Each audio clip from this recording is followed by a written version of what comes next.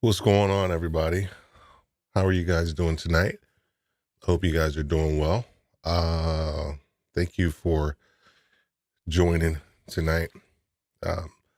These have been pretty constructive and useful for me as we go about our journey with Podcasters Live or with Worthy Retail.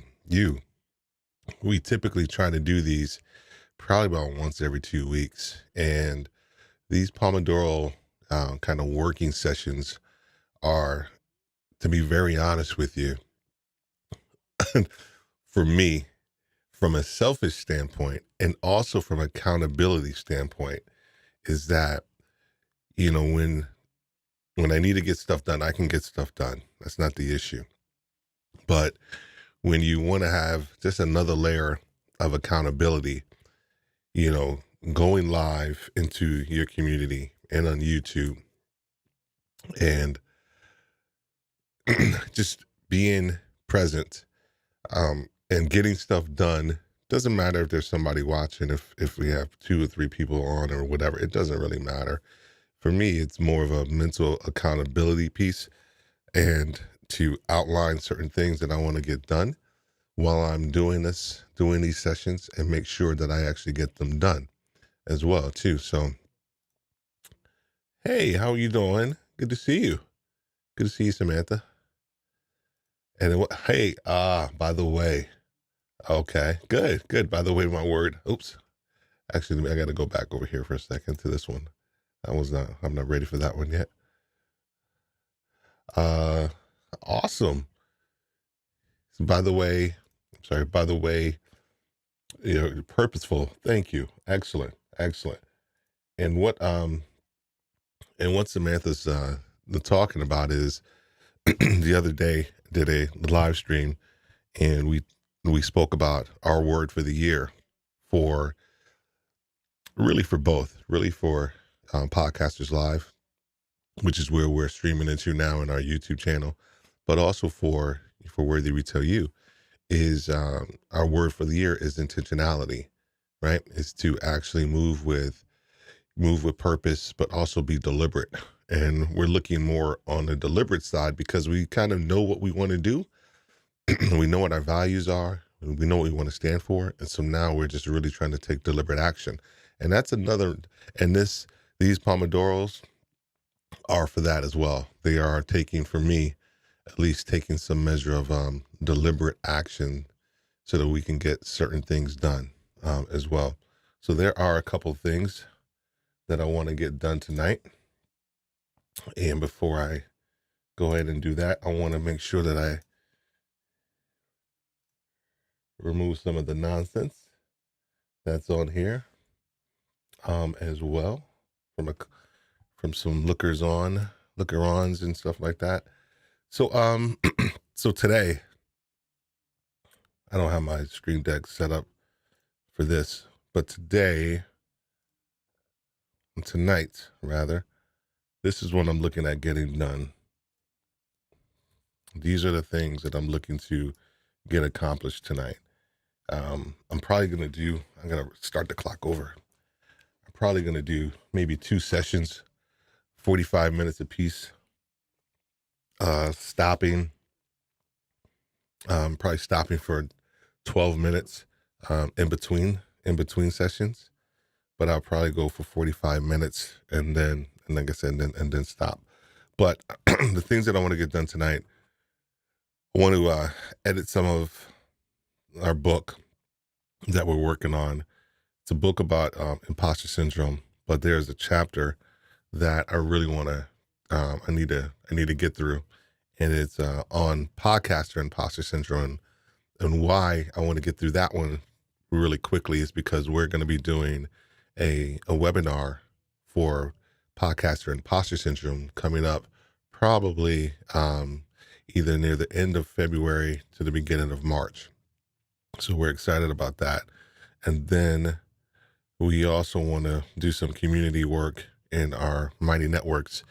I've talked about it a little bit, but I'm saving some of that when, for a different time to kind of go full blown into what we're doing with that as well. And then we have some guest things that we want to get accomplished, some communication that I need to follow up on, and some other guests that we want to kind of go after to be on the show. And so that's what we're going to be doing. And there we go. Let me go back to this one again. Let me make sure here for a second. How many clocks I got? There we go. That's why I got that clock on there too. That's the problem. All right. If you're out there, a couple of things I would ask for is that when I switch to the one scene, I think I got it worked out already, but I want to make sure that you guys can hear the music as well, because I think that's also an important piece. I want to make sure that you're able to kind of hear the music as we kind of go through this process as well. Here's the other thing. If you want to join in, if you got some work to do and you need another layer or measure of accountability, let me know. Go for it. And I can send you the link, and I can have you can come and join in. We don't have to talk. We don't have to say too much. We don't have to do any of that stuff. This is really for us. I got the freaking, what's an ISO too high on this thing? I need to turn it down a little bit. And you can get your stuff done. I can get my stuff done, and we can call it a day. So you can let me know in the comments or something like that. If you're willing to kind of join in, let me know. I'll be cool with that as well. Hey, Laura, how are you doing? Good to see you. Hey, Steve, back for that great sound you provide. Oh, thank you. Thank you so much. I appreciate that. I really appreciate that. This is, this right here, you guys see the countdown timer, and some of you may be familiar with the style. Some of you may have done this in college. I did it in college, and I did a little bit when I was in grad school. And this is just a study technique, Pomodoro study technique, where you take certain blocks of time and you just focus in on concentrating on studying on whether it's a certain subject or getting a certain task done.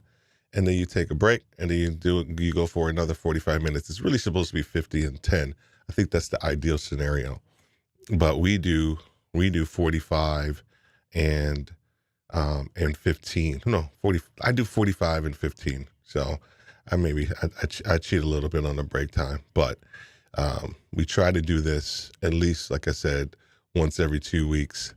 One new kind of one, build up the community, and to kind of, if you are, need some accountability with getting certain things done. I'm telling you, there is nothing like going live and having some stuff in front of you and getting some things done. Like I said, it doesn't matter if somebody's watching you, it doesn't matter if somebody's, not. It's just a great way. It's just a great way to kind of get some stuff done too. So I've never done it, Steve, but try one. Yeah, good. Excellent. Excellent. Good. I'm going to try to schedule these out so you'll see them. And I think I scheduled this one early today because I was thinking about it earlier today, and I was like, you know what? I think I'll do it, and I'm just gonna go ahead and do it. And I didn't really plan it ahead, but I realized I was like, okay, I don't have anything to do tonight. We did family time earlier, watched some movies, and did some stuff like that, and that's it. So now I'm just hanging out. And hey, how are you doing, Dr. Elo? Good to see you, man. Good to see you. You like the concept? Excellent. Thank you. Well, I wish it was mine. I wish it was mine to say that, that I, that I created the idea, but I didn't create the idea. It's someone else created it. And I am just living off the benefits of it right now because I think it's going to help me out. So anyway, but here's the other thing. If you have a question, before I get started, if you have a question, about, Podcasters Live and what we're doing and anything from a conceptual standpoint, if you're thinking about, starting a podcast, or if you have a podcast and you're thinking about live stream, you're just thinking about the two and how the two kind of work together. Please don't hesitate to reach out and connect. Or if, like I said, if you have a question, you could put something in the chat. I typically try not to, and I know it's a live stream and I love the engagement side of it, but sometimes I try my best not to answer the questions until like I get near the tail end of that 45-minute, session. And I know you'll probably be, gone or something by that time, but you can pop in and out if you want to. That's cool with me, as well. But this, and Jen's, yeah. And no worries, Jens. I'm gonna move back to this one so we can see the actual comments. And no worries, Jens. I've never heard of this format. You know what what happened was, how I got back into it was, I don't know if there's this. It's not new music, but this thing it's lo-fi.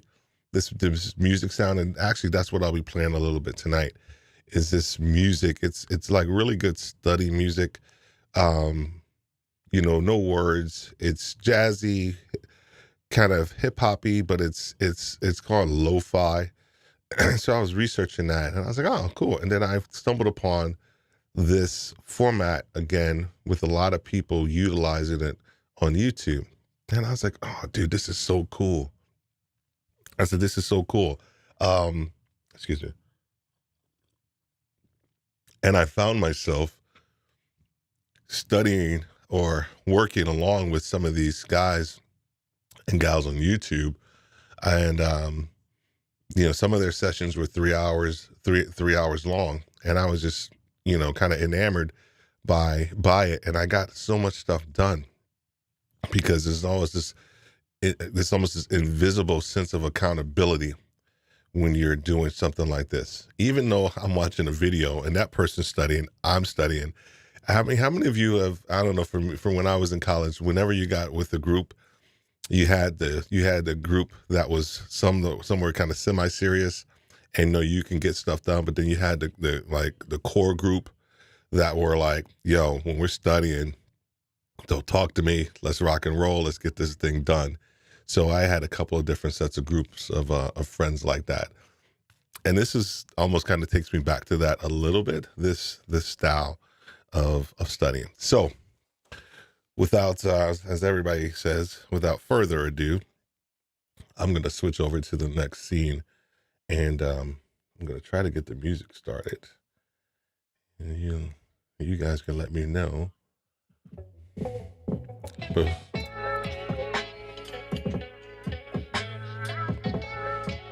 hopefully.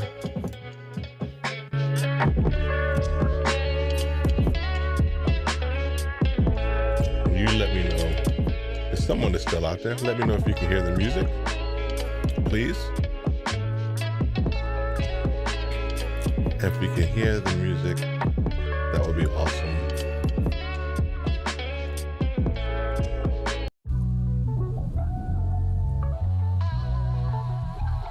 Give me a thumbs up if you can hear it.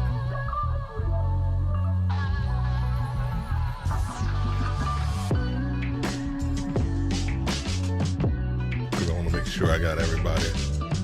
Good. Yes, it's good. Excellent. So I created this. Where is it at? Let me show you. I can show you. So I created this lo-fi station or playlist in Epidemic Sound. And so what I have is just this playing, you know, on a shared screen through ecamm. So that way you can hear it, and then I can probably get rid of this in some way or whatever too. But I kind of keep it down in the corner. I know there's probably a cooler way to do that as well, but I kind of keep it down there and just keep it going. All right, cool. So I am gonna try to go ahead and get some stuff done, man. If you guys, if you have any questions or something like that, don't hesitate. Let's reset this to 45 and get it started. All right, guys. I'll talk to you in a little bit.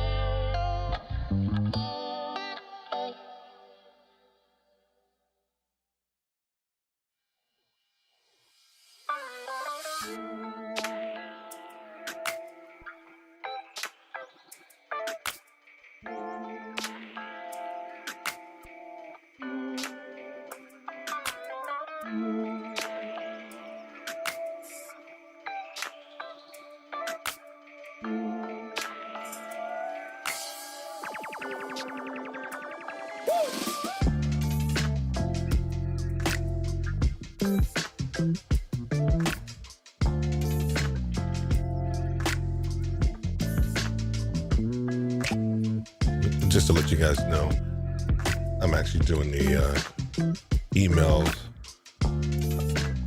I'm doing the email stuff first, and then Mighty Networks, and then I'm going to save the editing stuff for the end. So anyway, just want to let you guys know that.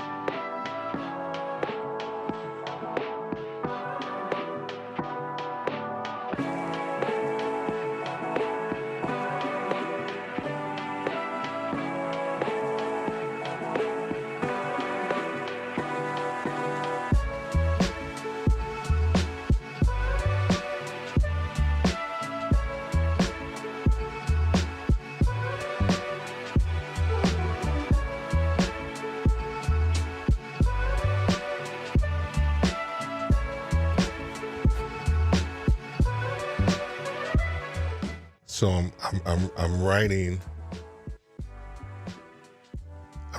a couple of emails to a couple of guests that I want to appear on the show, and The interesting thing, I know I always say I'm going to wait till near the tail end, but I don't know. I just thought about this as I was writing this. I don't know how many of you, when you guys are connecting with your potential guests, how much research are you doing on them, right? And how are you making that connection point with them? Because I think it's so important. It's so important that whenever you're thinking about having somebody on there, I know a lot of times, even if you know the person, right? You've seen them like on the stream, or you met them online or something, like whatever it is. I still think it's important that when you send them something to be on your show, that you have to add a personal touch to it, in the context of like, not just saying that you looked at something that they did. Oh yeah, I like this episode with so-and-so, with Sherry Jones. Great episode with Sherry Jones. Well, what about that episode with Sherry Jones did you like? Right? Listen to it. Pick out something that, that is going to resonates with you, but that will also resonate with your audience. Because the tendency is that a lot of times people will just send stuff out. I get it, and I know a lot of people are hearing that are here in the chat, they get it too. They get people just sending them stuff to be on their show, and they haven't even looked at the show, and they don't really know the audience. And so I think that's important, that you send something, but you do some research and some homework and look at, read, document, write down, or whatever it is. But then the other thing that you do is that once they say that they're going to be on your show, I'm going to probably do a live stream on this one, or video. I need to do videos, but somebody needs to hold me accountable with the videos. I do need to do videos. But on Notions and how I gather information, on the guests, so let's say I have a guest that's, it's 4 weeks out, 5 weeks out, I'm going back and I'm looking at other interviews that they've done, and I'm just pulling out bits and pieces, and I'm taking that and I'm putting it in the Notion under that person's name, because that just provides me more ammunition, if you will, when it comes time for us to have a conversation. And then what it should do for you, it should create almost this kind of organic measure of relationship with this person before you even like get them online, because you have researched them. What did I say? My name is Sarah Jones, and I agree with this message. Okay, I thought I didn't think I pronounced your name wrong or something. So he's like, my name is Sarah Jones, and take little notes from what they've done and put it in there, because as you're going through and you get better at doing interviews, you can bring to mind, hey, you know what? I remember I was looking at an interview when you did with Robert Reed, and you guys brought up this idea around X, Y, and Z, right? And then it was, oh snap, this person has kind of done their homework, right? And it's not so much for you to really kind of be super impressive, but it is really to get the best out of that guest, and getting the best out of the guest should translate to you getting better information for your audience. Okay, it's not just getting information out of the guests for just information's sake, but it's actually to tie it all back. And you guys saw the stream that I did, and I was talking about Pat Flynn, and Pat Flynn says that he doesn't. I got to get back to studying. Says that he doesn't study, right? He doesn't even if I had a book and I was on Pat Flynn's show, he wouldn't read the book. He says, he said he likes everything to kind of be organic.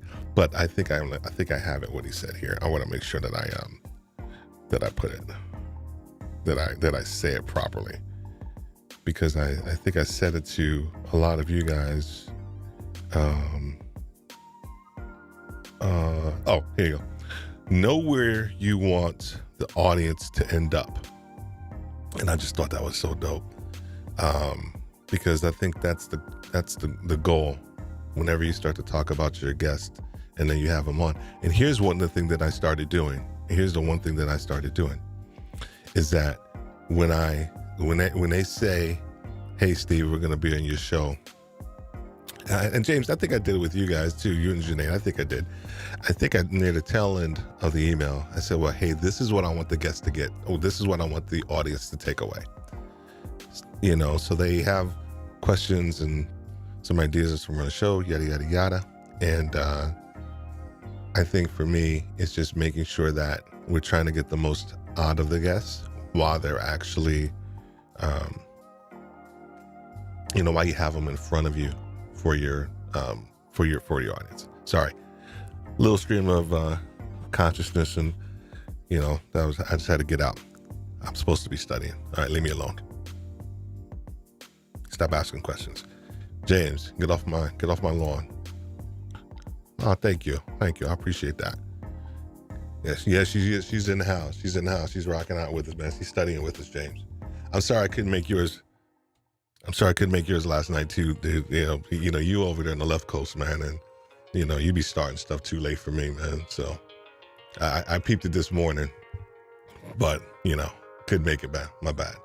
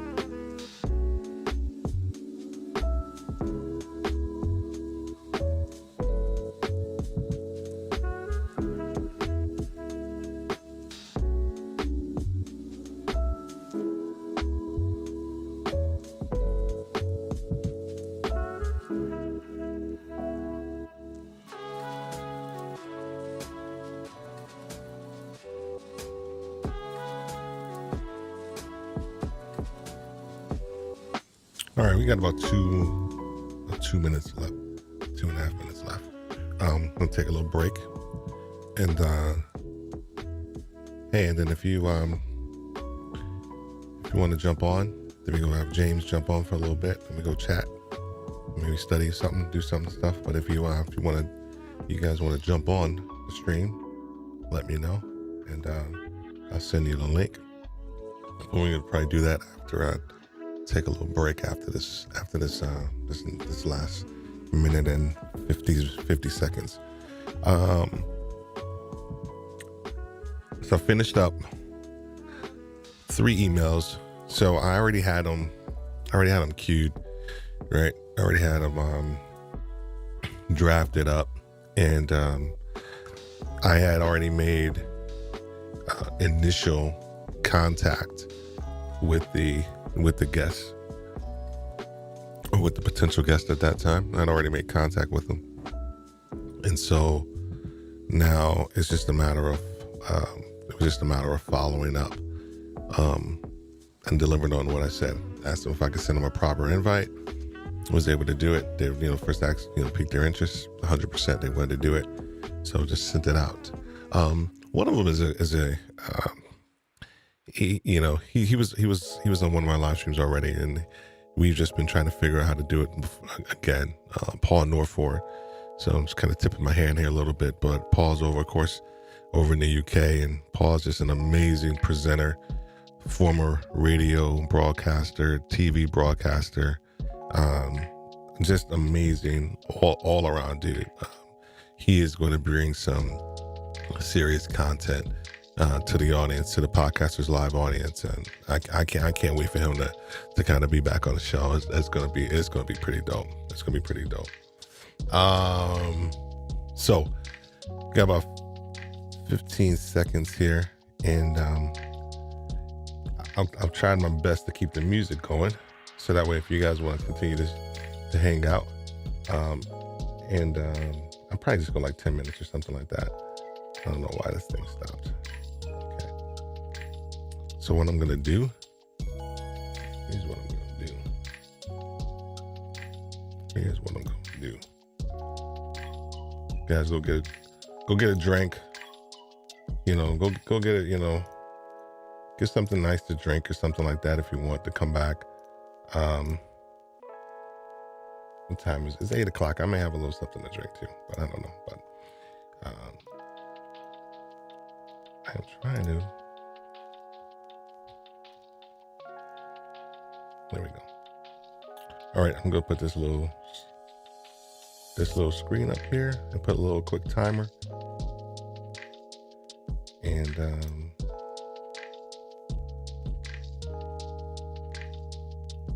this is what you can do. We can go live. All right. And I shall be back. Talk amongst yourselves if you need to.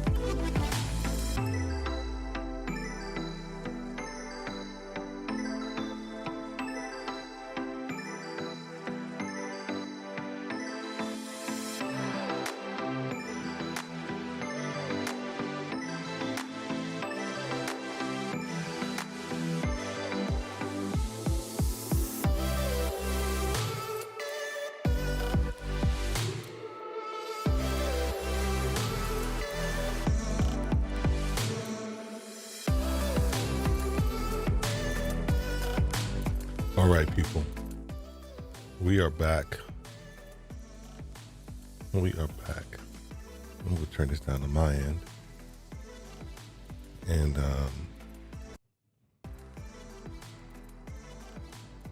all right, we are back. And I got a special guest in the house. Know if this cat's ready or not. You ready, man? Man, I'm always ready, brother. Always ready. You always ready? I can't hear you, man. Well, you heard that. You know we live, man. I'm here, man. You can't hear me? Huh? Can you hear me out there in the streets? Yeah, turn the music down, man. I know, man. I got the music going on. God, that's why you can't hear nobody. Oh, yeah, I'm coming through good over here. Come on now, Team Lewitt. All right, hold on a second. Let me make sure I got you sorted. Oh my gosh, what is going on at the Worthy House this evening? All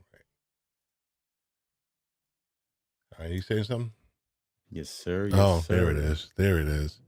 Man, we hear you pushing all these buttons. You know what I'm saying? I got like, whole mission control going on. I'm trying to, I'm not, I'm good with the prepped, like the pre-prep show. Like, and and I'm okay on the fly, but I got to get better on the fly. Like this, impromptu stuff like this, man. That's why we put these reps in, right? Exactly. These impromptu reps of practicing. No pressure, no judgment. We just with the community trying to get better. That's it, man. This is where we want to make those errors and mistakes and whatever the case may be. So I'm telling you, Sherry Jones. I don't know if you're checking this out, but we are both Team Lewitt. So, she says, oh Lord, all right, I got you. You quick on that Amazon link, aren't you? You gonna be quick on that one. No, she wants the link to come on. Oh, I can't even get my affiliate link real quick before you. Oh, yeah. Oh, that too, man. I ain't no joke with that one. Man, you gotta change the view though. All I see is behind the scenes. You do broadcast. Okay, my bad. Let me go over here to preference. Yeah. Let me go into preference. Yeah, that's the window. It's the window. That's the I don't mind looking at you, but I got to see. It does say the broadcast on here. I do have broadcast view. All right. So it says host camera, broadcast. Okay, I just want to make sure that you can't see me. I see you. I got you. I'm messing with you, man. I'm really messing with you. I threw you off. That was on purpose. So you thought I didn't know where to go. He said, "I see you guys." See, thank you, Cher. See, share. That was just a little test. Little test, brother. To see how quick I am to figure stuff out. That's what you get for not showing up last night when I was. That's what you. I know what you tried to do. I know what you tried to do, man. You try to get back at me for busting your chops. Right, yeah. You and Jillian were going in, boy. Y'all was. Who was it? My man was trying to be serious too. And, I know. And hey, Cher, and then y'all were cracking me up. I was like, oh my god. I sent you the link, Cher, in our Instagram. I ain't trying to put that joint on up on this up on the stream. I have everybody kind of call up in this joint. I had to pull myself off camera a couple of times because y'all had me cracking up, boy. Dude, that was it was so funny, man. I was cracking up. I'm gonna do some quick overlays real quick, man. See, that's how. There he that's go. how I'm going. That's how I'm Roll out going. a show. That's how I'm going. That's how I'm going. Using the new beta? You know it. Yeah, the new beta is nice. Shouts out to the squad out there. Man, they ain't that, man. I'm telling you, man. I don't know why people be trying to sleep on ecamm. I know they wanna. I get the whole price point sometimes with certain things, but you can't. I don't know. If you want quality, it's one of those things. Right. I tell people all the time, you get what you pay for. Yeah. Right. Yeah, and if you want to just be out here halfway doing it, okay. There's a lot of other little very inexpensive platforms, applications, and things of that. But if you serious, Yeah. if you try to be serious out here and really raise up above the noise, you're gonna have to put some investment into it. You really gotta do what you gotta do. I'm gonna leave you on the screen like twice. You know what I'm saying? You know what I mean? Until Michelle Jones comes on. All right. You know, she got it, she got a new equipment, a new camera and everything that she gotta get set up and everything. So, you know, she probably had her hair up in a bun and everything. All of that good stuff, and had to hurry up and take it out, you know, do all of that good stuff or whatever. Look, I know. Look, we on camera too. I did my little makeup too before I came on. You know what? Yo, it's been man. I've been at it. I didn't even shave today. Like trim. I was like, okay. I was like, I know I'm gonna be on camera. I ain't even shaved. I usually do, but it is what it is. It is what it is. So yeah. So this whole, what you got? What's that? Get you some. I told you about getting these oil absorbing sheets. Get you some of that action. Well, am I shiny? Well, you know, us darker complected brothers, you know. No, I make sure that I'm not shiny. Well, melanin, you know. And then don't get it twisted on the powder too, man. Look, this is TV business. Look, this is the PV business, man. I guess right. We're not half stepping out here. I know that's right, man. What kind of light do you have? Like, do you have I forgot what I know you showed me, but you don't have a lantern, do you? You know what I'm talking about? You know what I'm talking about? Yeah, the softbox lantern. No. So I went. That's the back. Can't see it. So in the front, I went all Godox for my lighting. Okay. So my two in the front are the Godox ES45s, and they've got some diffusion on them. So they're bigger flat panel, similar to the Elgato lights. Okay. Right? So I got those in front, and in the back I've got 4 Godox TL60s. So these are they're too similar to the man lights and things like that. Look who stepped up in the place to be. Let me sit. I'll sit up straight. Yeah, you got to stand up in attention right now. You know. What's going on, Shan Jones? How are you doing? Oh my gosh, you guys with the pressure, fixing the hair and stuff. Share, Jones. And then she go off camera. You know. What happened, man? What happened? There we go. Hold on a second, man. I messed you up now. Oh Lord, I know, right? I brother got excited for a second. I gotta make sure I got her back. There she go. There she is. Let me get a screenshot right here because I'm gonna make. Well, I ain't even shaved. You got a screenshot going on. You got a brother looking crazy, man. I'm out here studying. I was in the room. Like I'm in college, man, and my hoodie on and everything, and you got a hoodie on. We do. There we go. Same. There we go. That's the hoodie life. We good to go. We good to go. I'm glad you guys hopped on, man. I really am. I appreciate it.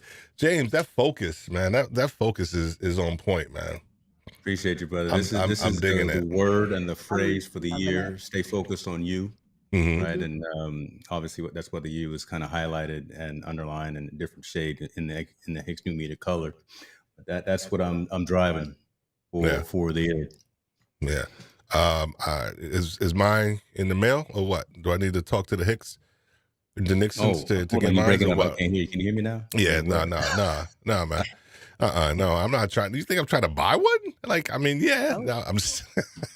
I tell you what, I'll holler at the Nixons. I'll holler at the squad who's putting them together because you see, I'm doing a little promo right now as I launched it. But I see it. I will make sure Dr. Worthy gets something in the mail. I see it. Buy 2, get a mug or something like that. Yeah, right? Where my mugs at, man? I got my mug. I got the merch. Yeah, where's the mug? You don't got your mug, right? You don't got your mug next to you? Look, I just walked in the door. I was doing some things, and you say, come on the stream to help you with your Pomodoro. I'm gonna eat the frog, man. You're the Pomodoro guy, right? Remember, I tackle my stuff early. I said this last night on mine too. I do the big things early. Oh, you spread your stuff out, Pomodoro. No. Like, what did I just walk into? I know, right? She's like these two dudes arguing, right? No, man, about no. about their Go ahead. productivity instead of being productive. I'm just saying. Was that what'd you say? I said you guys are arguing about your productivity instead of being productive. I'm just saying. I'm just gonna put that out there, how You ironic that was. you know what? I'm not even complaining. She talking truth. She is talking true. She is talking true. We have So been talk to us, productive. man. What you doing, man? I see you building out community, you sending out emails, and then you bring on the Cher Jones. I know, And right? so I know. I know. You always got to do that, you know. I Big bet. up, big up, Miss Cher Jones up in the house. No, I'm just you know, so yeah, mornings are my most productive times actually. I'm a super early riser, and so I get a lot of stuff, like bigger stuff done, if you will, in the morning. And then today it was like, okay, these are little, I won't say little things, but ancillary things that I'm like, okay, I need to get accomplished. And if I don't do it, like maybe with the Pomodoro piece, then I'll probably sit in here and maybe lollygag for a little bit. And I watched some soccer earlier, and so I'm like, okay, that'll start calling me, on TV or something like that. And I'm like, okay, no, I need to go ahead and do it. So that's why I kind of make sure I came in and rocked it out and got some stuff done. Cher talking about being productive. I am productive, Cher Jones. It was Well, in the moment about productivity, right? Where you guys are arguing about your methodology as far as being productive instead of just being productive. I That's all know. I'm saying. It's just Well, ironic. so that's true. okay, let me chime in. I mean, that's interesting. So help us out with that, right? Because it's easy to say, it's easy to talk about, and I even did a stream yesterday talking about it. But how do we get out of our own way and block out all the extraneous stuff? Right? If I got the dog barking, if I got screens going over here, and I'm like, oh, let me check this. What do you do, right, to make sure that you shut down Yeah, Cher Jones, what do and you lock do? in? Honestly, Yeah, yeah. so in this last year, one of the things that I realized, in this current year of my life is like recognizing that I have ADHD, like legit. So for me, my answer is medication. I'm not even kidding. I Yeah. realize now that it's Mhm. required in order for Yeah. me to really truly be effective. There's manageable ways, but then that extra, and it's not a lot. It's just an extra. It's Yeah, just a Yeah. little To extra get you to stay locked focused because I in, right? need To it. get you yeah, locked in. yeah. Yeah. And so that's my answer. And then, Okay. of course, the things like that you guys are already doing right now, whether it's eating the frog in the morning or eating the frog through a Pomodoro technique, Yeah. that also works as well, right? So it's just, and then what's been challenging for me is my normal space that I broadcast in, the computer I normally use, that Yeah. kind of had a mishap. So Yeah. I'm in another space in my house right now. And so when my stuff is not set up Right. the way I'm used to working, Drives you even just crazy, down don't to it? things where monitors are, or having a third monitor or a second monitor, like Yeah. I don't have that right now set up. And so that's challenging, and it's messing with my productivity. Yeah. So Yeah. when I saw you, Steve, working on your productivity, I was like, okay, I got to jump on this. I appreciate it. I'm missing the big cassette tape. You Hmm. know what I mean? All of it. I miss all of it. Yeah, salt and pepper, the green, the boom box. Missing that setup, and then you had All the to. iconic gear. Oh, she got it all, and Oh, I then saw it. I saw it. yeah, and then I appreciate, though. I think it was that your methodology of working through that, Cher, when you were like going through your different angles, right? When you were trying to figure out, was that like kind of it was like soothing, type of process for you to kind of help you through that, since you didn't have your regular space? A little bit. It's like testing, but it's also pushing me out of my comfort zone as far as Hmm.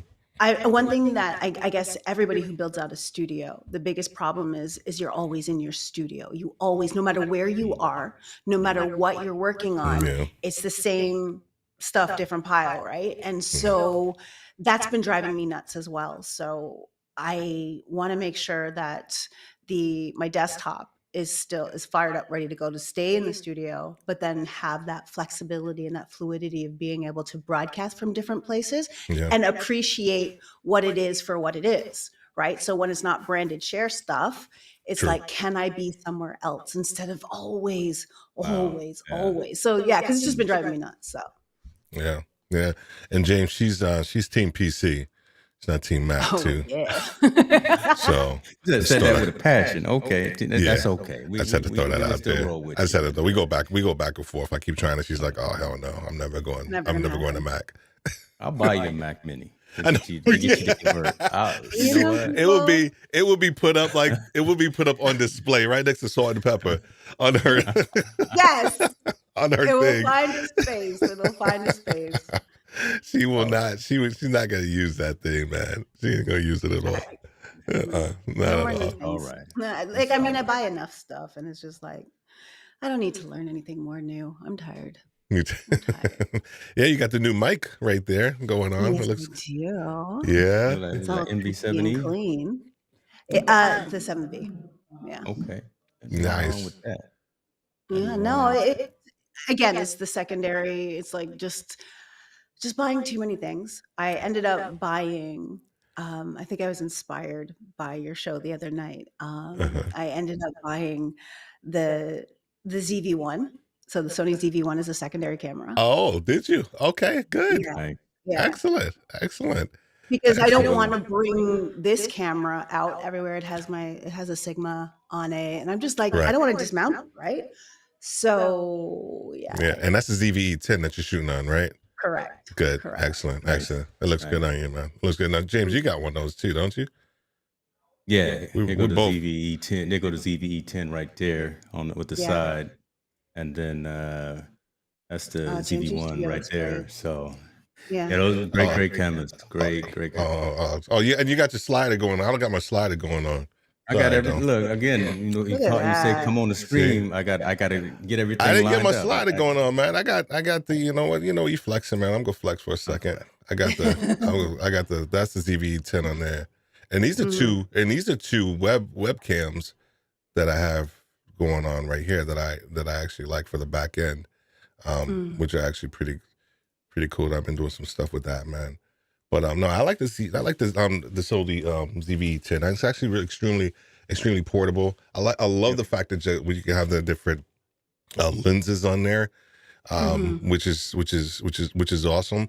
When I went down to Florida to visit my grandson, I can't believe I could say grandson. Lord have mercy, I feel old.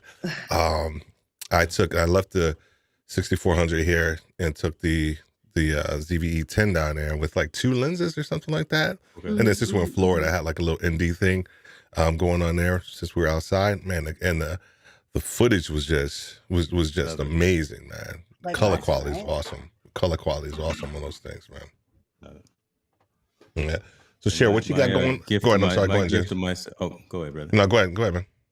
No, I said my gift to myself for the holiday though. I went full frame, so I got the A7C as the primary, and went with this is 24, the Sigma 24 instead of the 16. Oh, okay. Yeah. So I like the double wide. Yeah, a little bit extra action going. So double wide trailer going on. He got this fat bottom. I thought of that Most Def song, Miss. He said they're gonna kick me off. He said so front you can see it from the back. And I'm sorry. And I'm just, when you did that, that song came to mind. Underscored it. I'm not gonna take this abuse. What it's a good thing, man. It's a good thing. It's a good thing. It looks good. You gotta clean up your desk though over there to the right. Well, yeah, that's putting the man's business out on the street. That's how we roll. That's how we roll. Who's that? Alexa Carlin. I'll be interviewing her in the next couple of weeks. I actually met her at CES back last week in Vegas. Founder of Women Empower X: How to Lead with Curiosity, Pivot with Purpose, and Thrive Through Change. So she sent me her book. Actually, I got it today. And I'll be talking to her next week on my show. All right, James, man. Okay, this has been messing with me. Is that pillow upside down? That ecamm pillow. It is. I'll be damned. It sure is. Yo, just saying, man. I mean, sure is. Oh, please. So we can do that. We can do that. I'm just making sure. I'm just there you go. Because I know you gonna probably call me out on my 2 signs. I got double. Ain't take me no place. I got double merch going on and advertising. That's why I went to TV. This is exactly why I went to TV in the back, because I got the signs and all this crap, and I want to get rid of that. And I want the TV in the back, so that way, whatever show I'm doing, I can actually just have it on in the back. That's why I was talking to you about the Roku thing.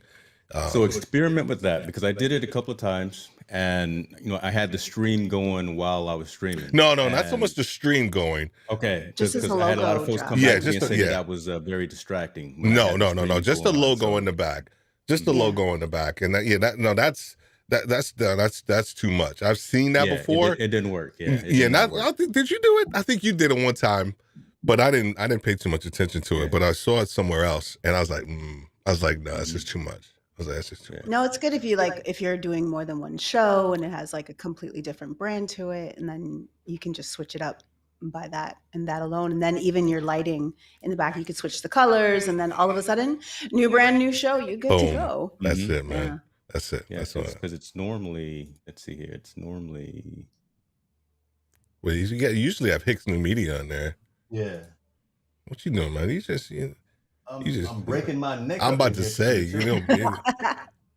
Okay, now how are you switching all of that? Like, that's my question. Like, so that's little Mac action. That's little Mac action. That's AirPlay. So I'm actually extending my screen to the third screen back there, and I can move my desktops around. Okay, so how are you doing that though? Is my question. Like, so is that through Roku that you have that connected to that TV? So the Roku, the Roku TV has AirPlay integrated. So I just do AirPlay through the Mac and say connect to the H&M Roku, and I can actually cast to that extra device. That's how it's happening.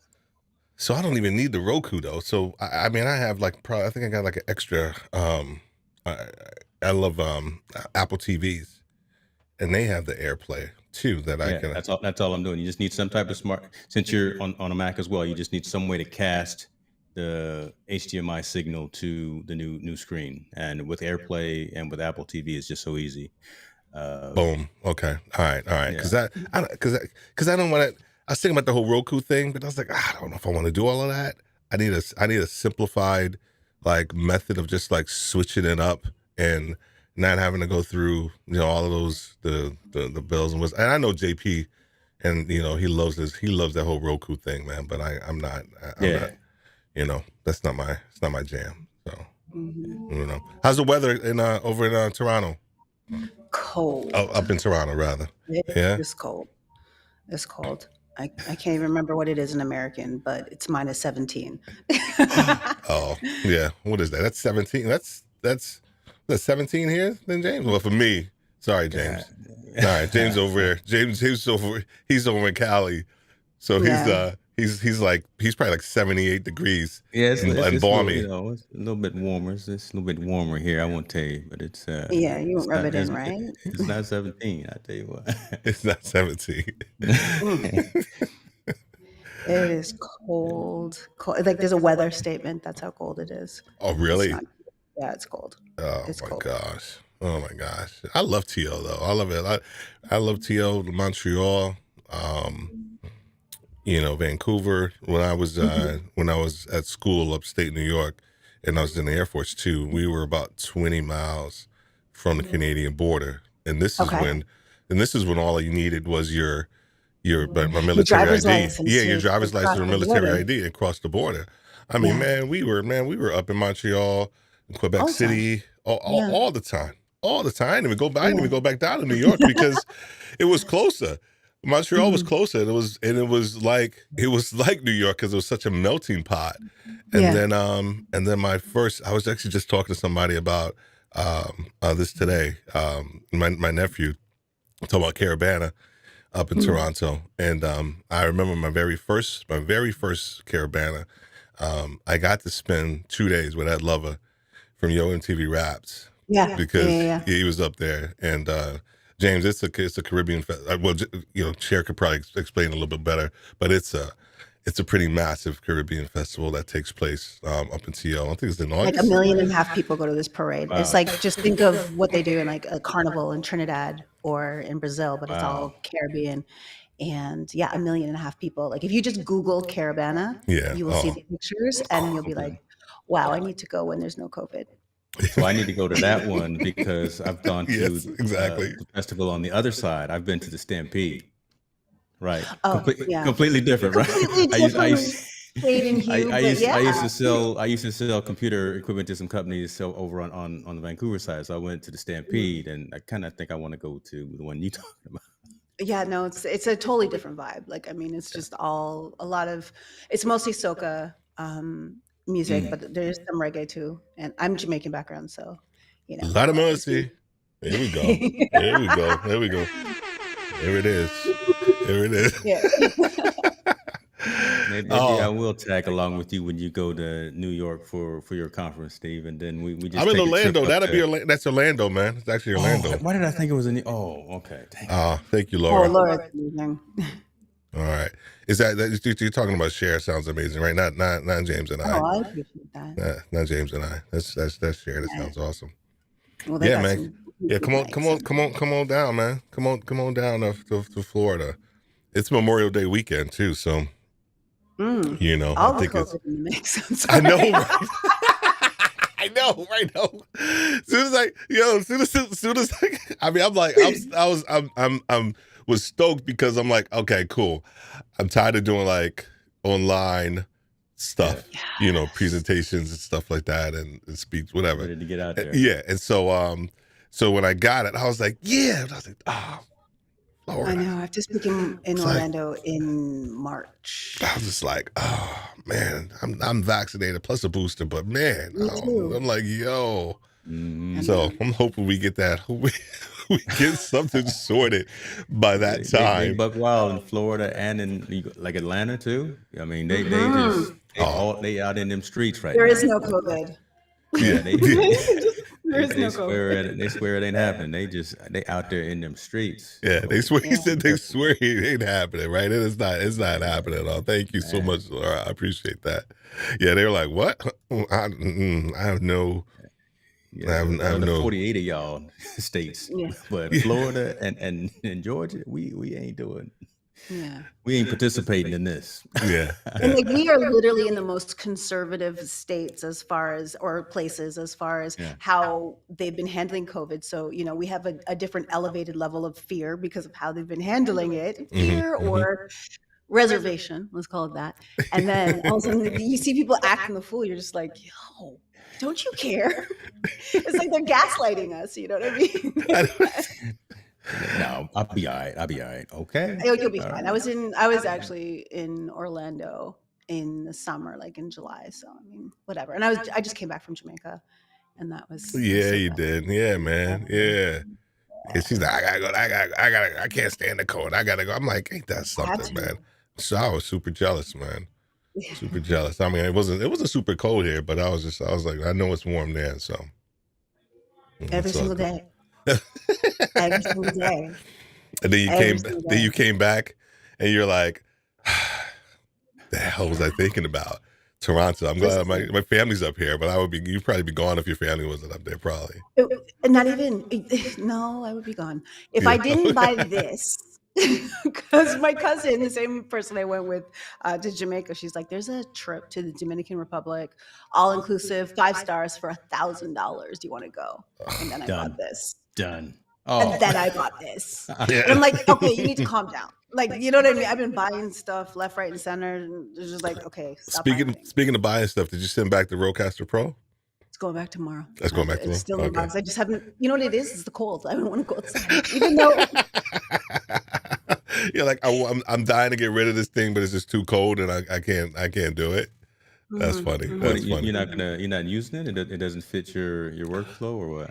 It doesn't make sense. Like, so, okay, I got access to LinkedIn Audio and I thought it was going to work. The only reason why I bought it, reason why I brought it was like Canadian, it was like $750 right? The Mhm. only reason why I bought it was because I thought LinkedIn audio was going to work like Clubhouse, where if you wanted to have like really good sound, you needed Mhm. that to as an interface.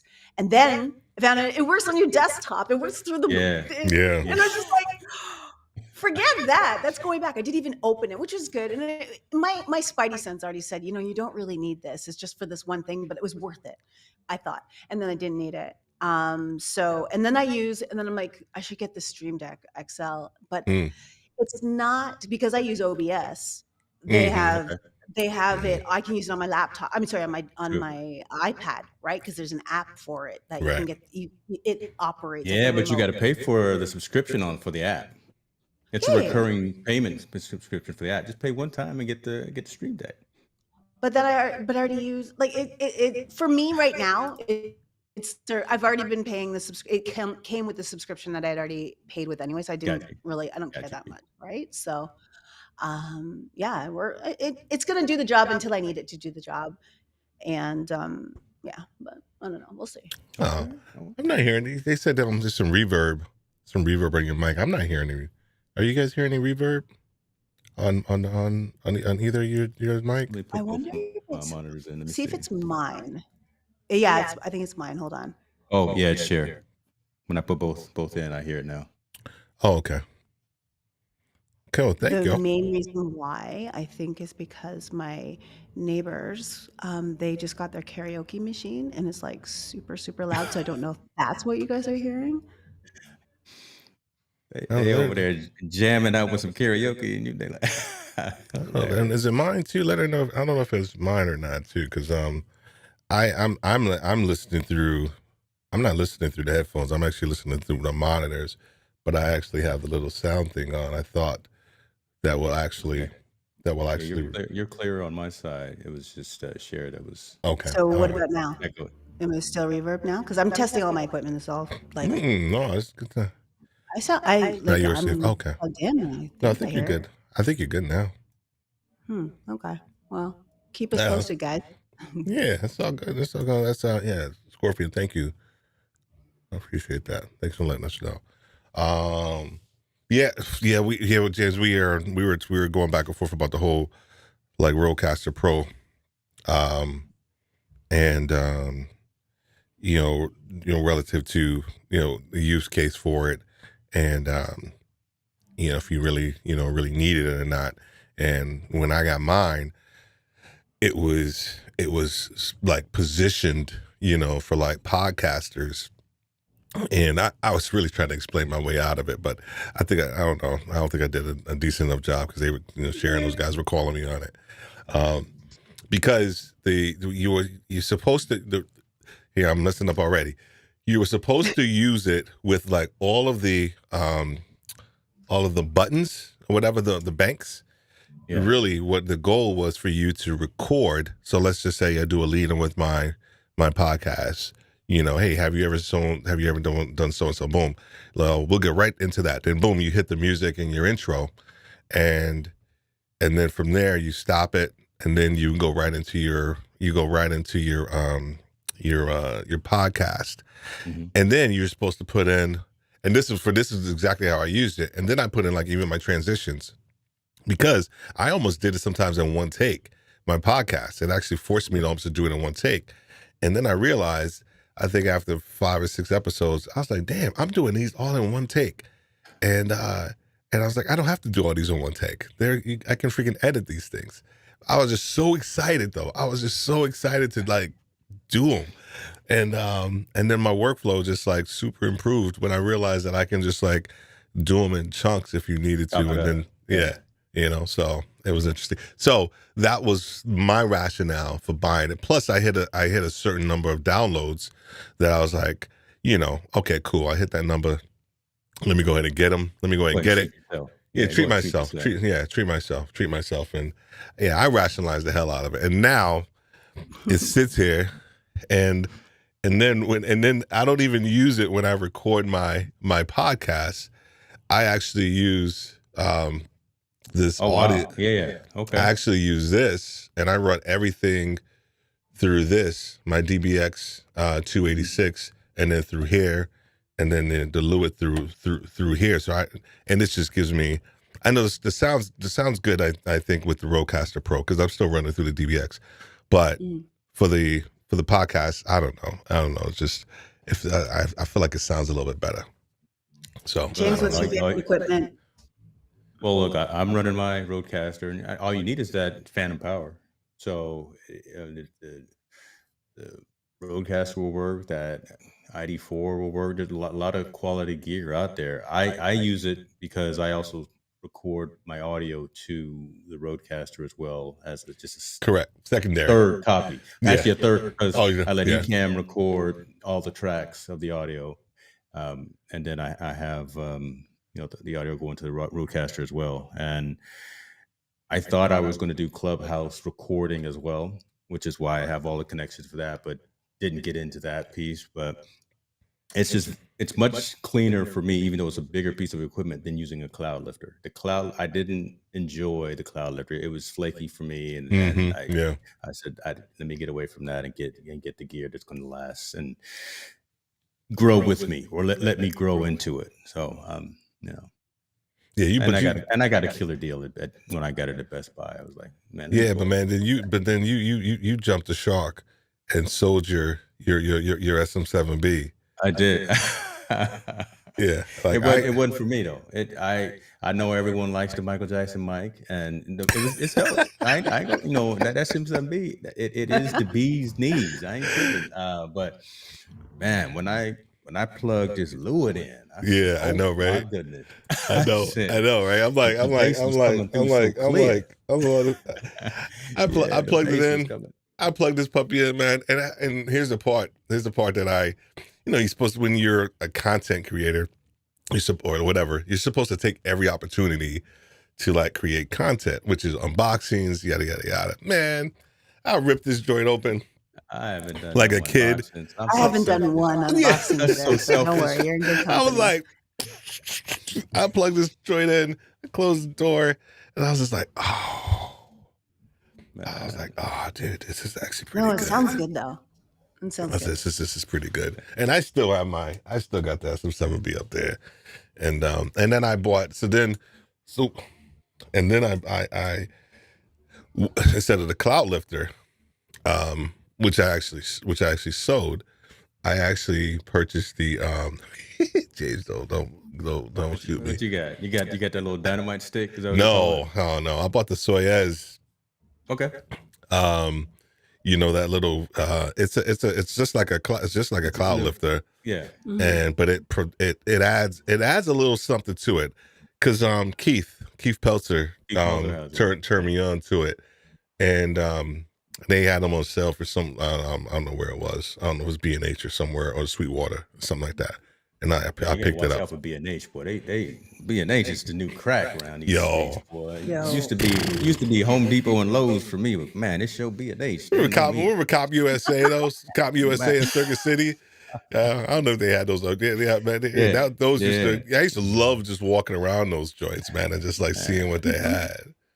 But yeah, B&H is like they send you the updates, and hey, they know me. And it's like they call your name. Hey, Steve. So you looking at this, and I'm like, you get that too. Like you start looking around, like who you talking to me? Oh yeah, I was looking at that, and you weren't even looking at it. You were looking at the competitor of that product or whatever it is, but the algorithm pushed it to you. So it's just like, oh yeah, I was looking at that. Up on Instagram, starts following you on Facebook, and everywhere else you go, you're just like, it's like leave stalking me alone. me. Yeah, it's like stalking me. It's like, oh my gosh. Yeah, man. And that's that gas though. I don't know if you heard us talk about it before, but in our ecamm community, we talk about gas a lot. It's that gear acquisition syndrome. Like that gas is real. I think I need to talk to somebody about that. I need to stop. Like I need to take my credit card information that's on my browsers and stuff. I just take it all off, so that I have to literally go into my wallet and take out the card and key it in each and every time, because at least I'll have a little more sense of self-control. I need to stop though. I need to stop. Stop. What you got? What do you got? What you got going? I got. What is that? 2 packages just showed up this afternoon that I should do an unboxing, but I'm not. See, and what's in them? What's in the boxes? What's in those packages? It's actually nothing exciting. It's just cables because I got the 1, 2, 3, 4, but I'm gonna have another camera angle coming from my right side. So. Why do you need those camera angles, man? Yeah, you know I'm because I'm gonna hold you see my show, so you know the way I do it. I like to have kind of that dramatic shift as I'm talking. So from this angle to that angle, to that kind of thing. So I do like to bring in that. So you need a fourth, though, is what you're saying. Pretty much. I've got 3 looking at me right here, and I got my slider just chilling. He said pretty much. Yeah. Pretty much. Yeah. I mean, I don't know why. Y'all don't think I need a fourth one? What are you talking above the noise. Look, there's a lot of people out here in these streets doing it, and look, we got to rise above the noise if you really want. That's how I feel. I'm not trying to keep up with nobody. I'm trying to keep up that with is myself. you. It's your brand. It's your community. Like I think that it's like at some point people might be like, "Yo, you're doing too much." Right? Like it's just like you're doing too much. I'm not saying you are yet, right? Yeah. But all I'm saying is like at some point, it still comes back down to the content. Like you can have all the flash in the world, and if you can't hold your audience, which I'm sure you can, and all that, like that matters more than anything else. Oh, here we go. Drop the mic right here. Need. Boom. Oh, someone says new equipment can always be justified. Agreed. At least that's what. 100%. Agreed. 100%. That definitely sounds like someone from the community. Who is that? That's. I'm not sure. That's in the Facebook community. It's in the Facebook. That's Scorpion. That's Scorpion November. She's in the Podcasters Live. She's actually going to be. Son. You know what I'm saying? Yeah. See, and triggering those off of the stream deck is a little harder. No, listen to me, man. I mean, James, you preaching to the choir, man. Like yeah. Then I set up this. I ain't even gonna show you because because I watch. I study YouTube, right? I'll just watch it, then I try to study stuff, and then I end up like doing stuff. So I created like a whole little battery wall over here on the side, like underneath this light, so it charges. So after every stream or whatever, I take all my lights and I put them over here, and I charge them, and I store them. And they're good to go. So everything is, it seemed like overkill initially, but then I'm like, oh man, that's freaking pretty smart. And then I charge my phone and my watch and everything over there. And then whenever I know I'm justifying the hell out of it, right? But it was cheap. It was also cheap. It was also cheap. The panels were like, I'm gonna bring it down. The panels were like $11, right? They were $11, and then the little hooks to hang everything, I think $8 or something like that off of Amazon. So the whole thing was probably about $25. Well, we were talking about vlogging. Maybe you should vlog about that. I know. I will actually make that one. That's actually what it is. I'm actually pretty pleased with it though too. Look that's what I'm saying. So you like it? He convincing himself. I know he really is. He's justifying the tech. I am pleased with it. I tell you what, Steve. While we online, I will give you these flowers right now. Though you probably have the tightest setup of the sound panels that I've ever seen. The sound panels behind you, you've got those dialed in the way that really looks cool. Oh, these right here. Logo. Well, with your your brand colors. Yeah, man, I appreciate it. I put some thought into that. And then I put some thought into it. Then I came up with Podcasters Live, and so now you need some bread in there. and the colors, and then I got like this is whack. This is whack. This is so whack. Like right And here. that's why you need the TV. That's why I need the So let's TV. justify the tech right now. Yeah, Let's justify the exactly. tech. So yeah. So you got all the different camera angles, and so I'm trying to future proof. Like Cher said, we spend a lot of time in these offices or studios, whatever you want to call them. And I'm like, okay, you know what? I think I'm talking to Cher. Like I set up this little angle over here so I could do some vlogging. I actually started doing that. I actually made like 2 already, which is I just need to put them out. And then so then I'm like, okay, but it comes on this wall. And I'm like, okay, well, maybe I can actually move all of this stuff once I get the TV, put it over here on this side. And then that'll be like a secondary shot or whatever. Anyway, you know how that goes. I mean, I'm no Peter McKinnon and all these cats, man, and all of that. But I'm just trying to do what I can do in this little space that I have. Only because you don't have the time in yet, right? But the quality, right? You got to think about that. That's a limiting statement. What's that? Right? And you're the fact that you say you're not a Peter McKinnon, but that's just because you don't have the amount of time in the game that he has. But yeah. The conversations that you have, the people that you've had on your show, the Cher Jones that has been right. I mean, you've got high quality people that you're talking to, and you're having those conversations. Agreed. Your environment needs to look right. The environment is secondary, kind of like Cher was saying. But as long as you have that conversation, we need to continue to level up and not. 100%, 100%. Oh no, man. No. That's no. I'm gonna keep pushing.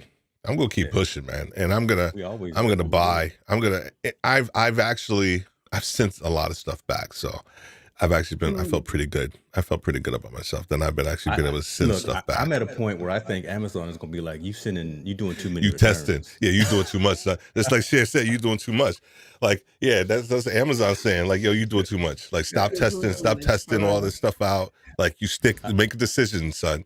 That's what they're gonna say. I done sent more expensive lenses back, instead of just going to like lens renters or whatever. And I'm buying the lenses. $800-900 a pop, keeping them for 3 or 4 days, and then sitting in the back. I know they'd be like, "What you doing?" Yeah. One of my biggest challenges right now is like this is like temporary. I've been living here for about 1.5 years. I don't think I'm going to live here. Great place, but I need to, stretch my wings a little bit more and move beyond. So that's the other thing is like trying to set up what you want, but remain or give yourself the ability to be mobile and not, invest too much in the room itself. Right. So that's also a challenge. Agreed. So agreed. So where's the next move for Cher? I don't know. If I don't mind, if you don't mind, if I want to put your biz on the street. I think I want to be nomadic for a year. It's just a new phase of my life. My kids are grown. I was married, now I'm not. And, everything's cool, but it's just like, I've lived in the same region. Huh? You're just going to spin the globe. I love it.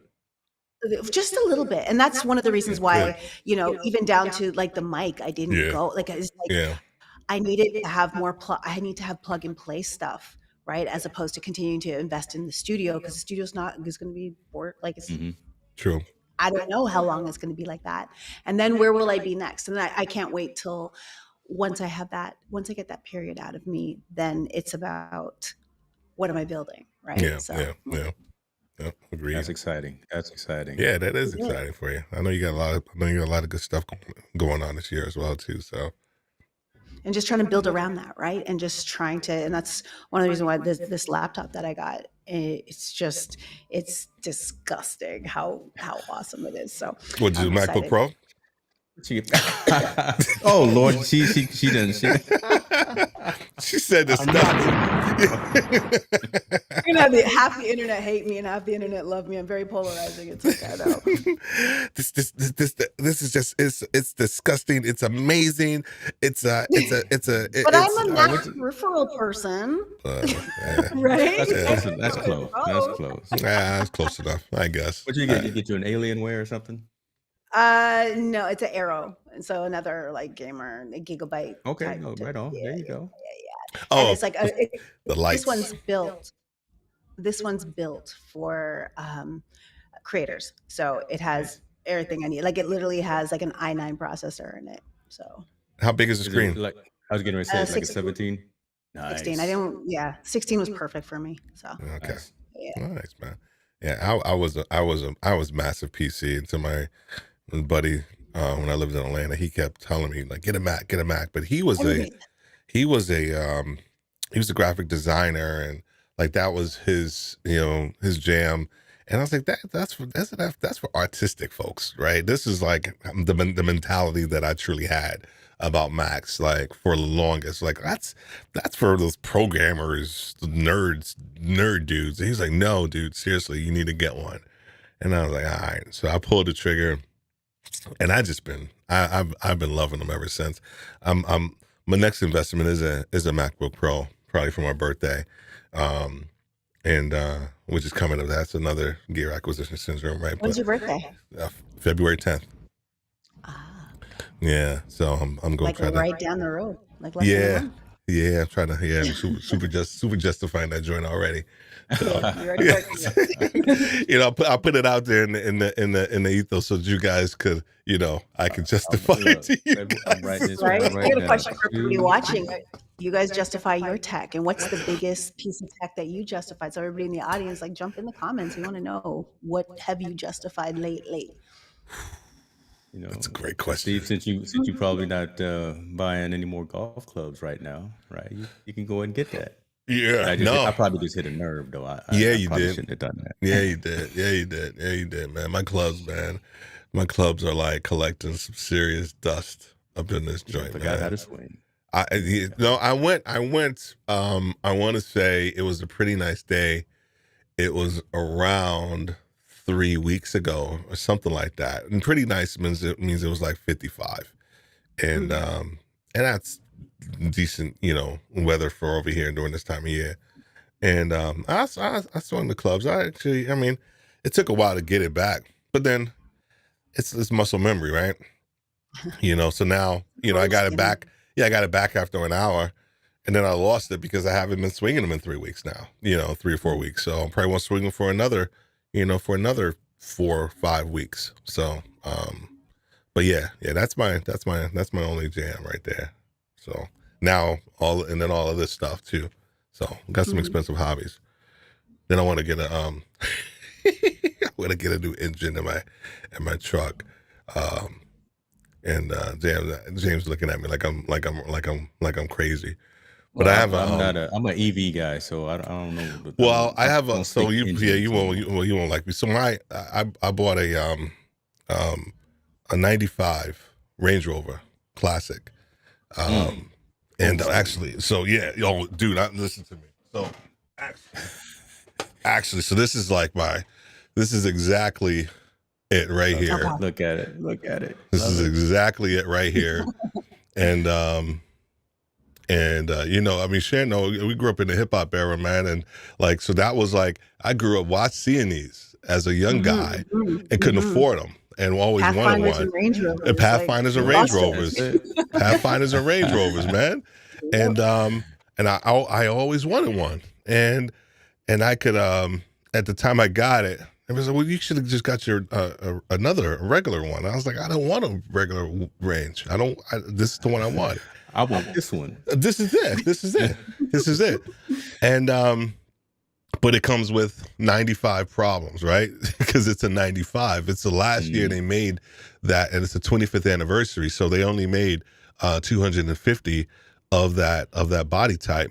And but it came with all the problems of a 95. So I had everything rebuilt in it. It's even the engine. But it's still a 95 engine. And so I want to put like a LS, bulletproof Chevy engine in there. And so that way it'll just kind of rock and roll. And man, that's what else did you do to convert it though? Because if you're gonna put a Chevy engine, they're gonna do all of that. So they're gonna do the transmission.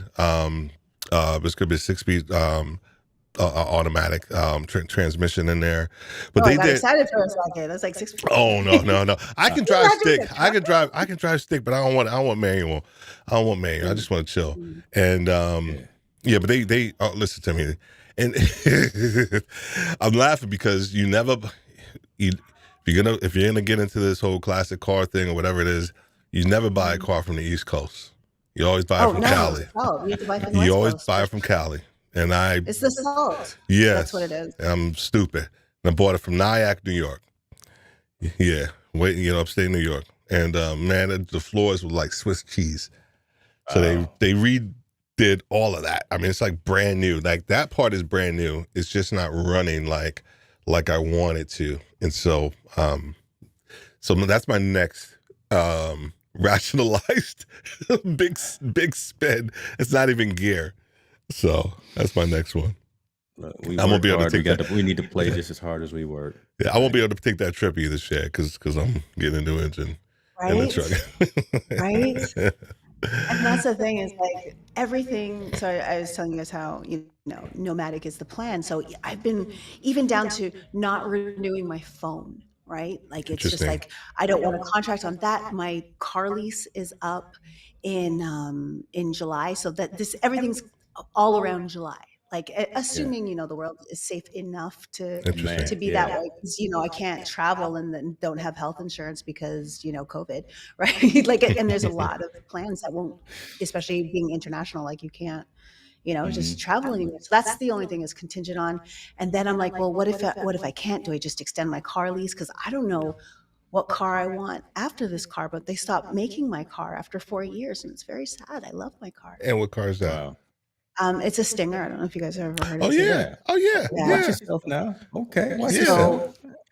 But they stopped making it, right? And it's like, and I'm not at the level where I can level up to, what would be hot next, right? Like, so it's like this hot economy, right? Yeah. Hold on to that Stinger, man. That's okay. I like, that was actually really nice. I like the car, and there's not a lot of them, right? No, so I love it. But and there's going to be less and less since they stop making them. Exactly, and I wouldn't buy it, right? So it's a good lease. Yeah, I'm not co-signing the buy, but it's like I'm not at that financial level that I can level up to what I would want that would visually and mechanic, like as far as like like horsepower and all that stuff. Like it's just like there's a lot that won't compete with it that I can afford, right? So it's just like, what do I do? Yeah, but when is LinkedIn gonna bring you on like full time? Because you're just such a big player with those guys. Like, I mean, right? I mean, full time. Huh? I don't want to be brought on anywhere full time. Not full time. You know what I mean? Like it's I'm doing LinkedIn Learning, so that's actually what I was working on. I'm doing a whole learning module on LinkedIn Live. So that's what I'm literally writing and doing that. We're shooting next week, and but outside of that, I'm good. That is actually a perfect brand alignment for me because I've never wanted to create a course or anything about LinkedIn Live, and so since it goes to them, they pay me to do it, blah blah blah, and I don't care, right? And then it's done, so that's cool. Awesome. Yeah, man. And James, man, what's the next big project you're working on? The community. Launching the community. I had to think about it for a second. Definitely pulling myself off of. That's a good question. Facebook. I hate Facebook. I really do. I will never get a brand or marketing deal with Zuckerberg because I despise that entire platform.